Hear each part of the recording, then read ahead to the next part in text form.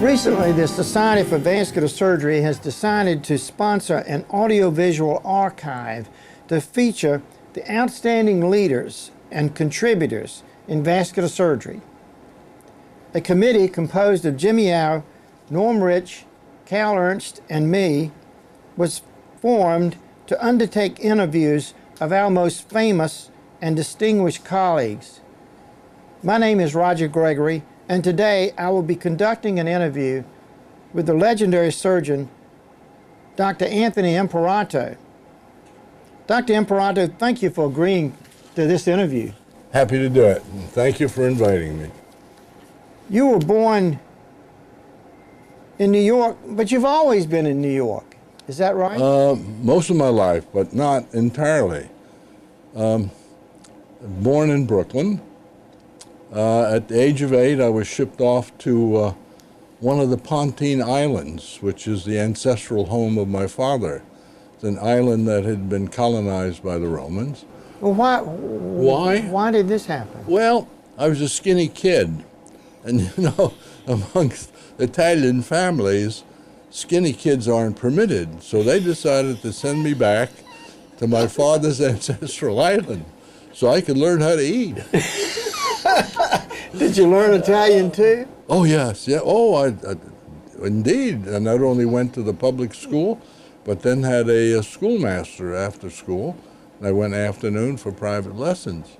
So that in 2 years, I knew the dialect, but in 2 years I learned, formal Italian. And I've retained that pretty much. And I can fool most Italians into thinking that I'm an Italian. So you returned at age 10 to needing to relearn English and went to high school then in the United States. Yes, I did. In New York. Yes, yes. At Utrecht? New Utrecht. New Utrecht. New Utrecht. New Utrecht. Yeah. Now, tell me about college.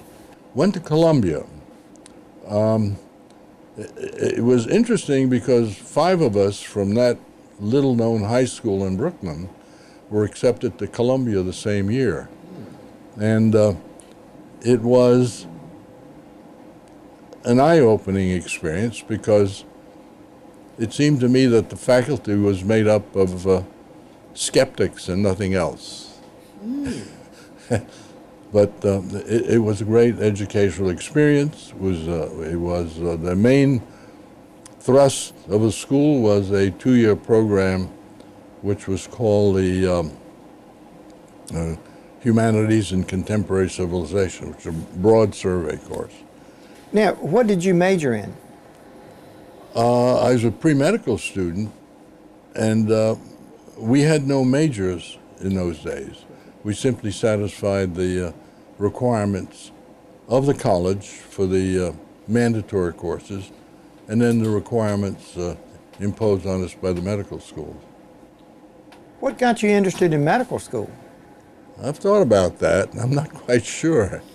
No one ever pressured me. No, the only physicians I knew in growing up were the family physicians who usually had, in the residential neighborhoods of Brooklyn, they usually had their offices on one of the major corners in the neighborhood, and they were available to come to see you at home, or you went to see them.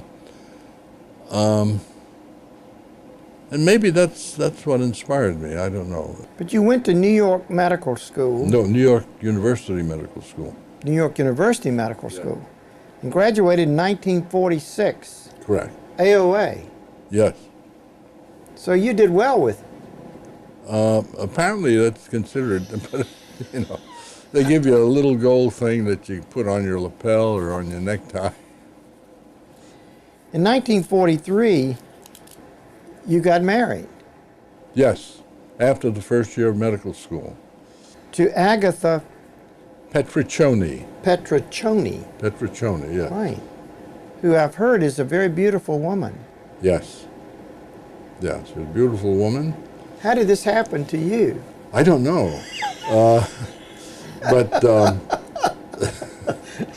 actually, there's a very interesting story about that. I learned only a long time afterwards. I was acting on the stage in a high school program. Really?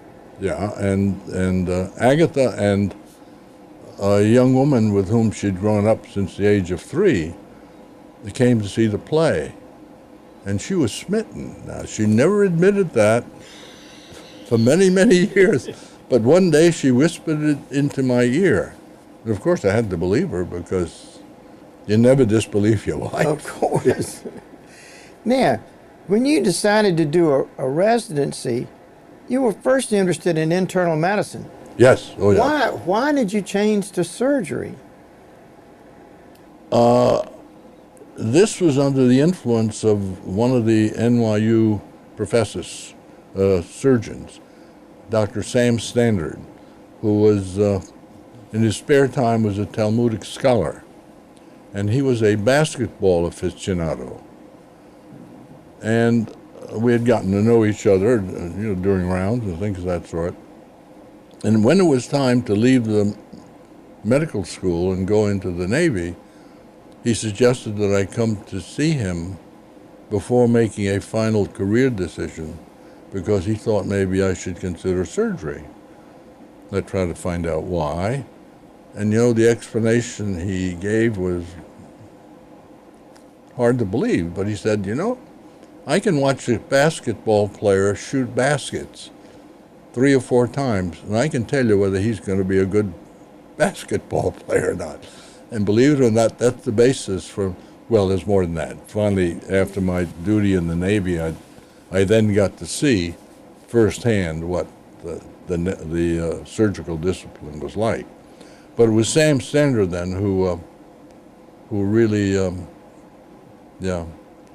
and he then helped, plan the applications to surgical residency programs after my Navy experience. Now, first you did a year of anatomy at NYU.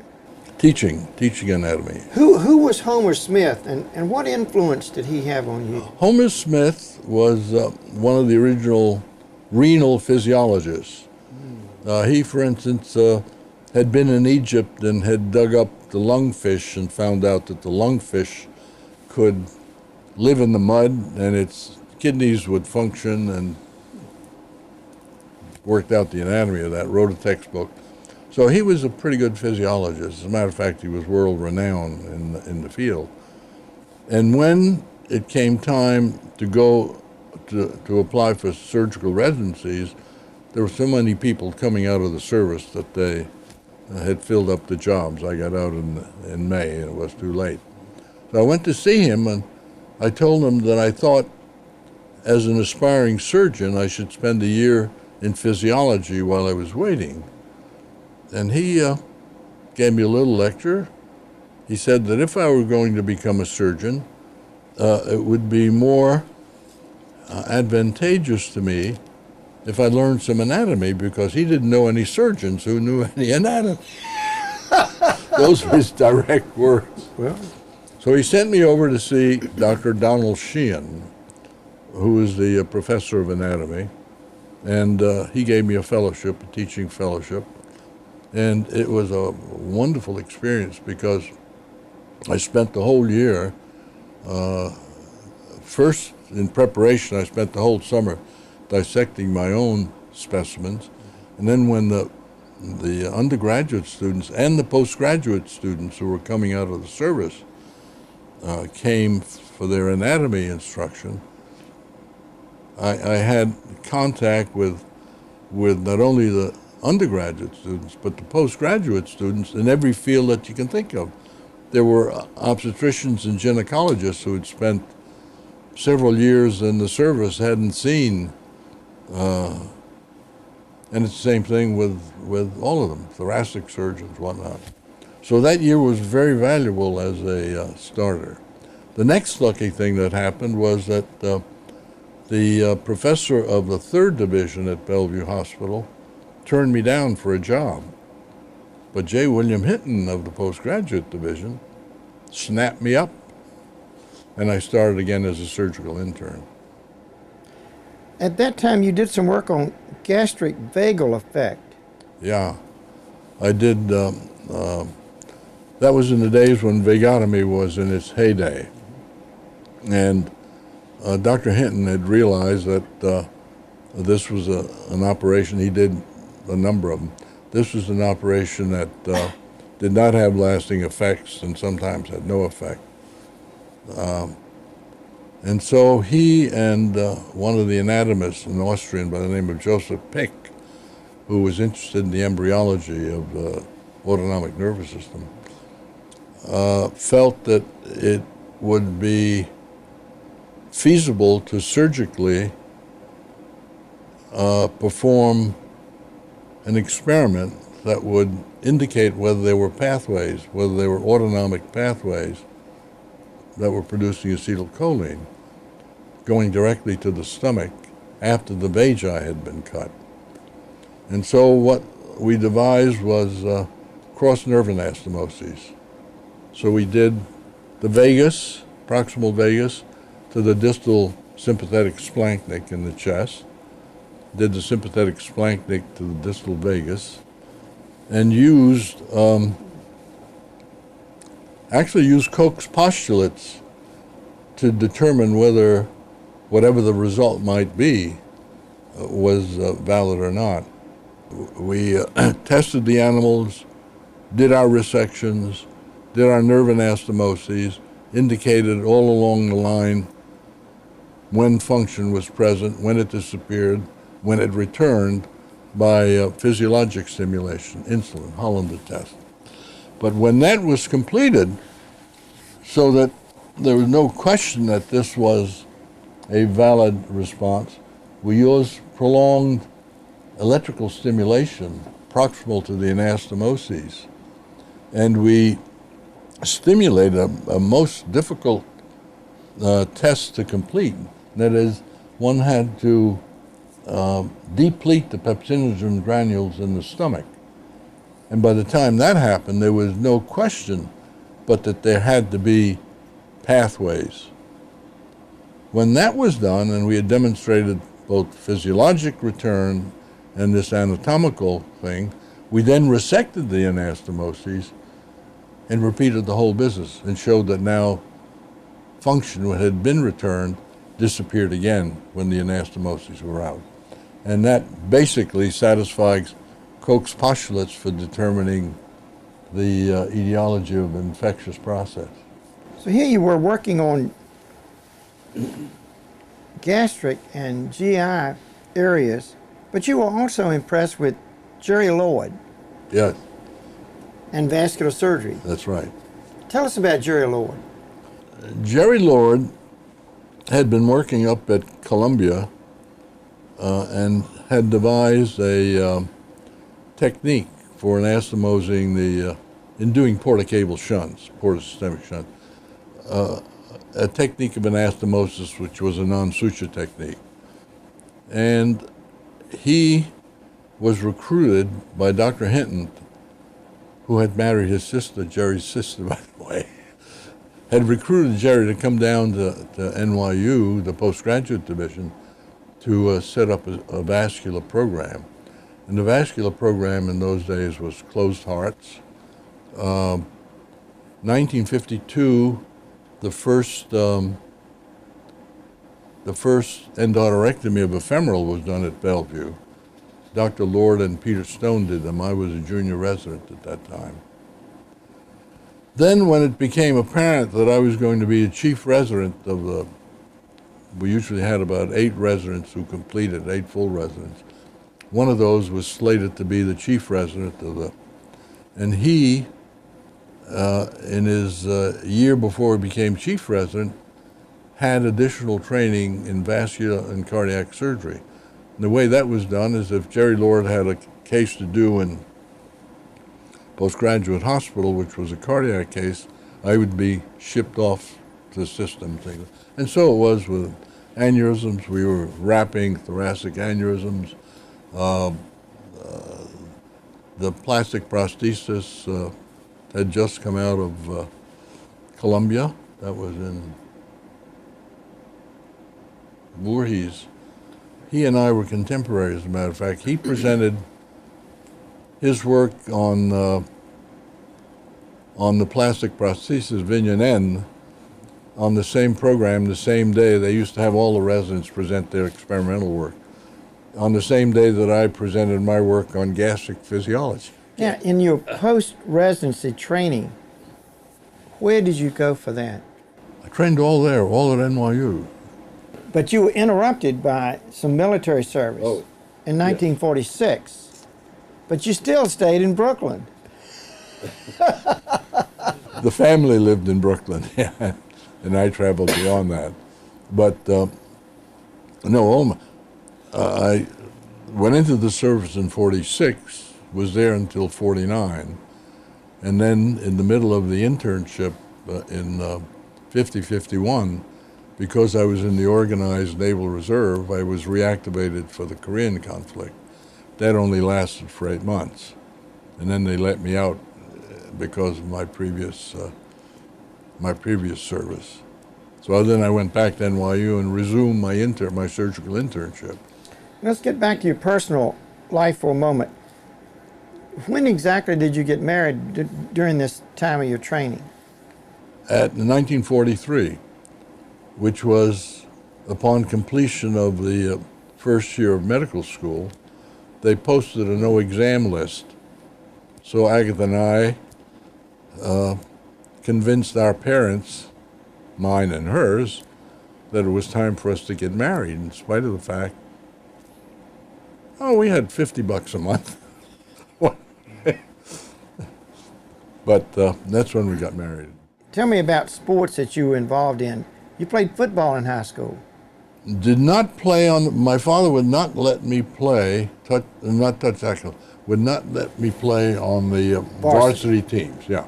He thought it was too dangerous, but I could pass and kick. I had the talent, the drop kick, not the place kick, but the drop kick, and I could pass. Well, in Brooklyn, it was measured in sewers. I could pass about 1.5 sewers. But he said, no, you're too dangerous for you, don't do it. And fishing became a big hobby for you, including going to Iceland to fish. Well, I started fishing with my father when I was a little kid. He was an avid fisherman. He came from an island, and so it started there. You also were involved you mentioned you were involved in acting and some music and art. Yeah. Growing up. Yeah. I did some acting and did a little bit in college as well. And I'm doing some now, by the way. Somebody volunteered me.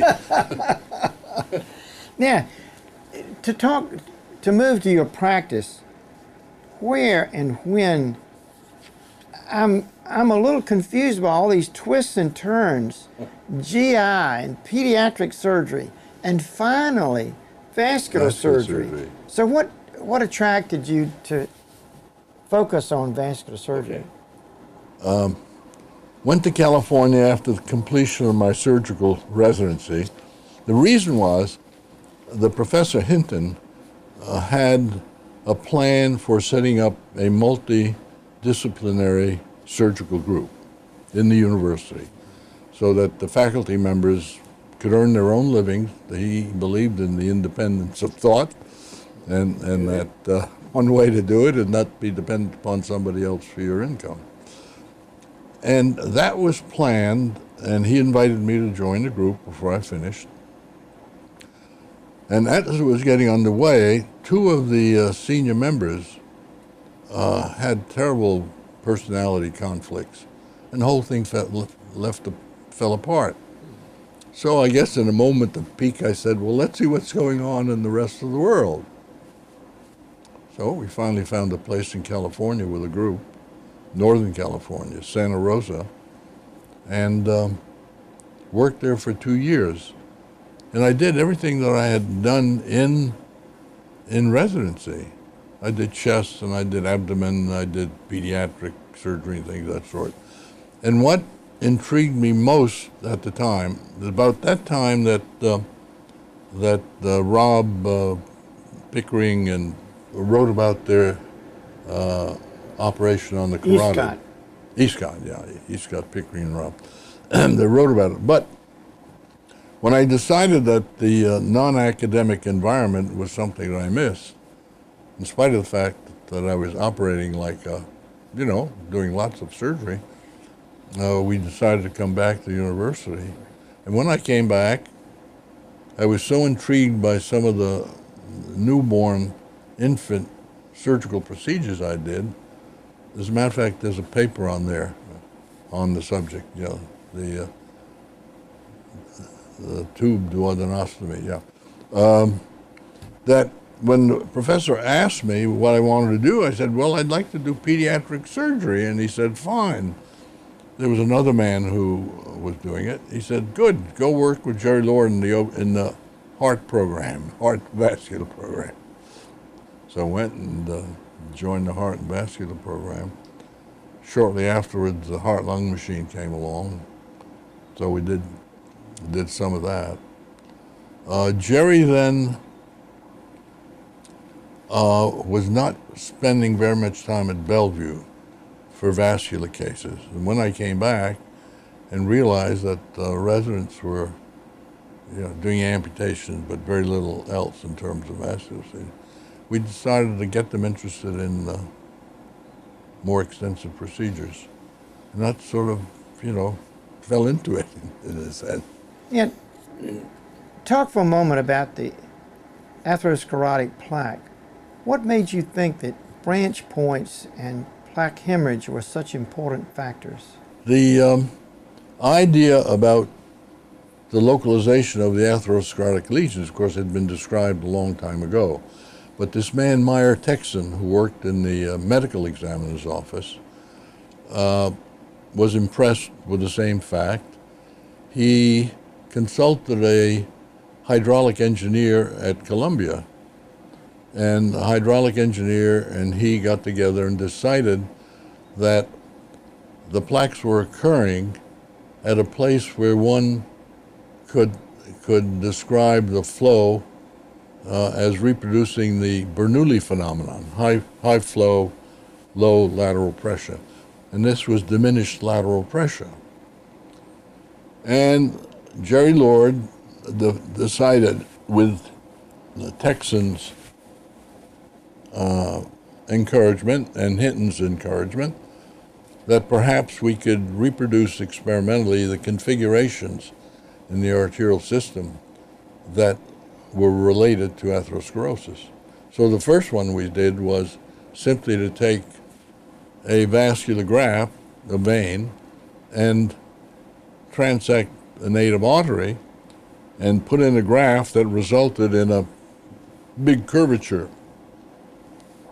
Lo and behold, the proliferative lesions that occurred at where they were supposed to, at the sites of curvature. Talk about hemorrhage. That came on inspection of the carotid plaques. That came later. But with the experience in the laboratory, we then reproduced all the other configurations, narrowing, things of that sort.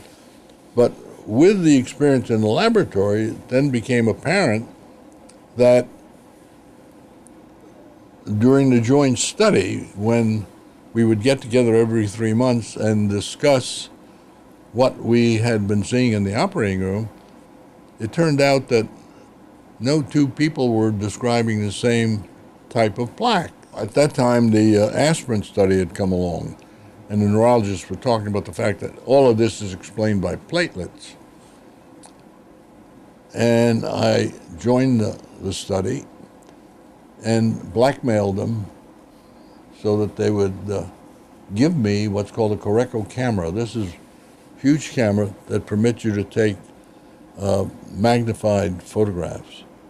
And so upon opening the carotid bifurcation, we would take photographs, hoping to be able to see platelet aggregates. We never found, well, we found them, but they weren't a constant phenomenon. But this permitted us to photograph a large number of plaques. And it was at that point we realized that this was a complex process. It wasn't simply the insedation of fat into the arterial wall, because there were all sorts of things. The final convincing operation to me was in a patient who's relatively young, he must have been in his middle 40s or something, who was having repeated transient ischemic attacks. And when we opened his carotid, what we found was there was a veil over a clot, which was under the veil, was in the wall of the vessel. And we have pictures of that. And then it became apparent that some of these things that were being called thrombus were not thrombus. They were actually intramural hemorrhages. And of course, once we knew that, you see, we could examine these things in the operating room and photograph them without disrupting them. In 1962, you actually started a vascular fellowship, much earlier than has been previously reported. This was suggested by Dr. Roy Claus. Talk about that for a moment. Serendipity. How did this happen? Greek general was carted off to Houston. Either saw a Debakir or a Cooley, who did some procedure on him. I think it was an aneurysm. And he was accompanied by this young, well-trained Greek general surgeon, George Sinoudis. And when he was discharged from Houston and was flying back to Greece, they got an hour or 2 hours out of Houston. They were close to New York. The general developed a spiking fever. And so he was so sick that he had to land. Now, George Sinoudis had been a friend of Roy Claus's. And George Sinoudis told Roy Claus that he was interested in getting training in vascular surgery. Was there some way to do it? And Roy called me because we were very active in doing vascular cases. Tony, why don't you take this fellow on as a fellow? Okay, we'll take him on as a fellow. Sounds like a good idea. You know, we spread the gospel, as it were. And that started the fellowship. So then we continued each year, took on a vascular fellow. What happened to the patient with the spiking fever? Did he? Oh, he was treated. He got well, went home. Went home with George, and George came back. And after he finished with me, he then went on and worked in Frank Spencer's heart program. So he had his cardiac training as well as his vascular training, and then went back to Greece. I want to mention your career highlights for a moment. You were able to unite SVS and AAVS, I think in 2003. This was clearly a giant undertaking and a giant success. You were SVS president in 1985 and received the Distinguished Service Award from SVS in 2003. Some of the other things that I thought were somewhat amazing, the fact that you recognize the significance of claudication as far as the fact that a superficial femoral artery occlusion was not an indication for immediate surgery. Often these patients improved with time and exercise. That's right. Contrary to what was being taught. You were the first to recognize failure of the Dacron graft after aneurysm surgery, which really led to graft redesign, which was a giant success. And, as we've already mentioned, the first to really notice the significance of hemorrhage in the carotid plaque.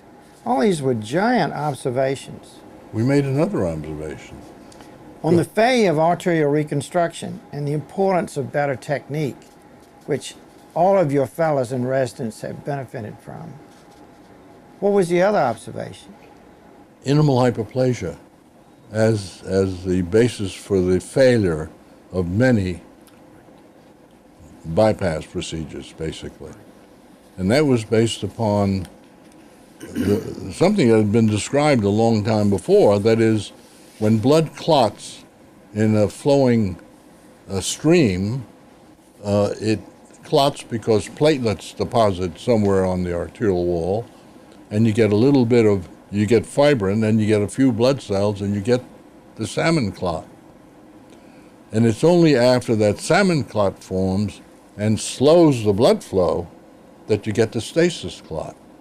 And so it was possible to show, the way prostheses were being studied in those days, we had a vascular registry. Surgeon would explore a patient who had a late failed prosthesis, chop a piece of prosthesis in the middle and send it to the pathologist.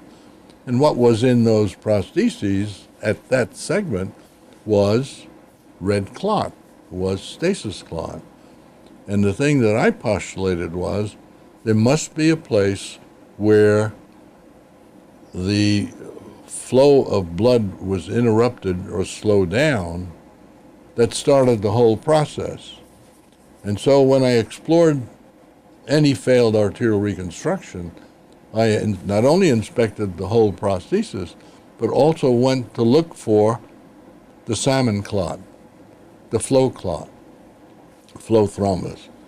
And it was possible to find that the flow thrombus was found at the site where the intimal hyperplasia occurred. With this long list of dramatic successes, I think it's fair to say that it's very easy to accept success, but it might be difficult to accept failure. Yet as a human being, we all have disappointments and failures. Did you have failures in your career? Oh, yeah. How did this affect you? Well, we try to put it to good use. You know, we had arterial reconstructions that failed. For instance, carotids. We had some carotid procedures failed. And so we devised a method for investigating the whole process, including tissues. And it was upon that we discovered, to our satisfaction, that in spite of the fact that the residents who would come for interviews for their vascular traineeships, I had a standard question. Suppose your professor operates on a carotid artery one day, and that evening the patient's reconstruction fails, or the patient has a stroke. What does your professor say happened? Well, there was usually a stock answer, you know, embolization or something of that sort. So at that point, we decided that we had to do a more definitive evaluation. Upon that, we found, again to our satisfaction, that most of the failures were due to some type of technical Misadventure, yeah. That a few of them were beyond our control as far as we knew. The intracranial hemorrhage, things of that sort, we never really fully explained. But we could find, again, that surgical misadventures were the major cause of failure of carotid endarterectomy. Hundreds of general surgeons were coming out about your time that had an interest in cardiac and vascular. What made you so different? My mother and father. This is why I mentioned the curriculum at Columbia. And when I came to NYU, I found the same attitude, that people were, for instance, the hypertension group. About the time that the people down south were advocating rice as a cure for hypertension, At Duke. These guys said, well, now let's see, how well did they control their experiment? So what they did is they admitted the patients to the hospital, fed some of them rice, fed others a general diet, and found out that both groups had equal response in their hypertension, that it was the bed rest that was probably doing it. But there were a number of instances in which that kind of, a man by the name of Goldring, who was an excellent clinician, who would make astute observations on individual patients that were completely contrary to what had seemed obvious. I think, it's sort of an accumulation of experiences of that sort, perhaps. Maybe my father did too, He had a very elementary education on his island, but as I was growing up, he was drawing plans for desalination of ocean water for his little island. The Romans had set up an aqueduct system, but he had a plan, would draw plans for how to raise ocean water to the top of a cliff using wind power. It's a windy island, then having it evaporate, having the water evaporate and leaving the salt behind, and then running that condensed water down the hill to his little village down there. Is that where it came from? I don't know. Possibly. Who were your mentor? Who do you consider your mentors? Who influenced you and why? What were their qualities? There's a man in grade school by the name of Ganad. He was, he was the epitome of rectitude, both personally and for a seventh grader academically as well. In my latter years, I think one of the greatest was Hinton, J. William Hinton. He was a most remarkable person. Jerry was a good influence because he helped us to, not only with the clinical work, but the attitude towards experimental work in vascular problems. I'd have to think of a lot of people, but those are the ones that come to mind right now, most directly with vascular surgery. Our committee has come up with several specific questions that they would like your opinion on. The first is, what is your opinion of endovascular surgery, particularly in the carotid position? I was on a panel with, what's his name out in Arizona? Dietrich? Yeah, Dietrich. In the very early days when he was, and I asked him a question to show you how early, because I knew what the carotids were like inside, and he obviously didn't.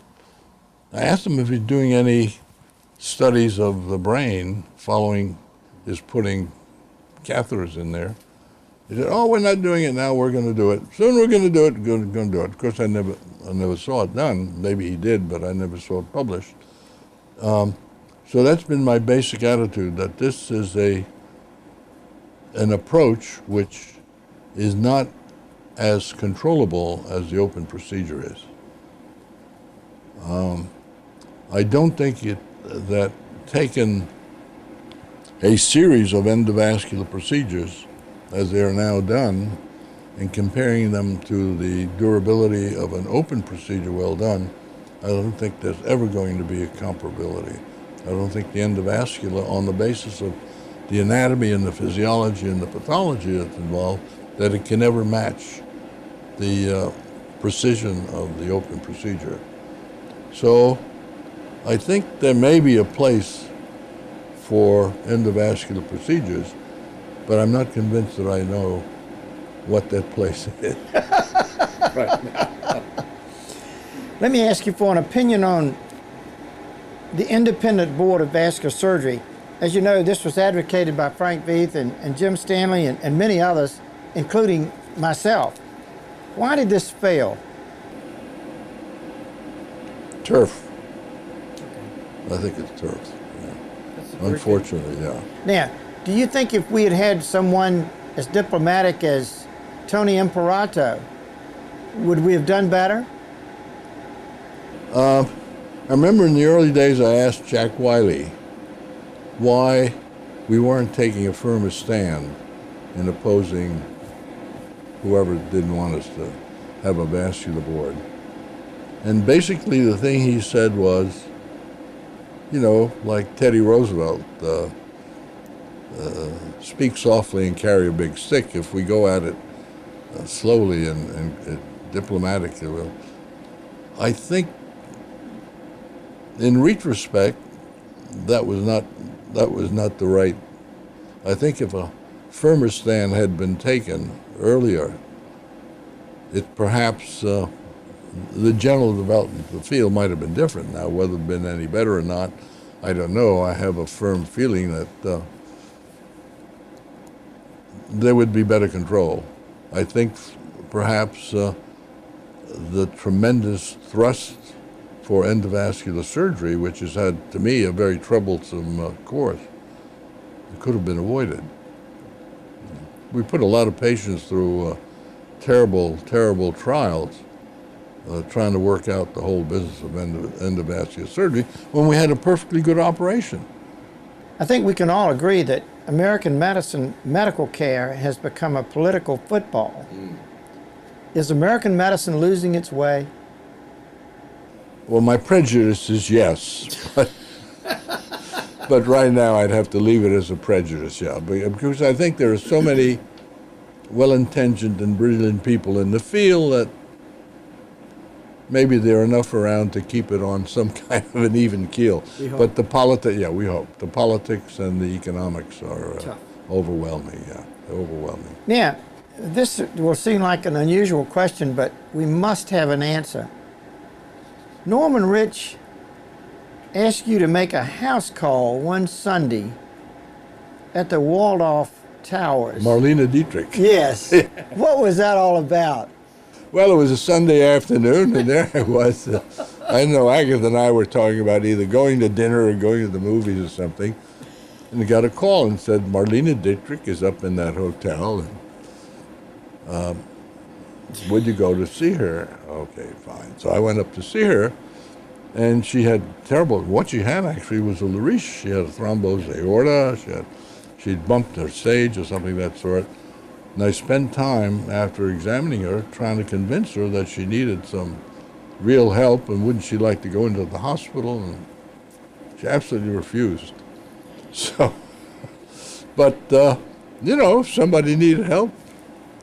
I'd practiced 2 years in California where I drove miles and miles to see patients who couldn't be treated any other way.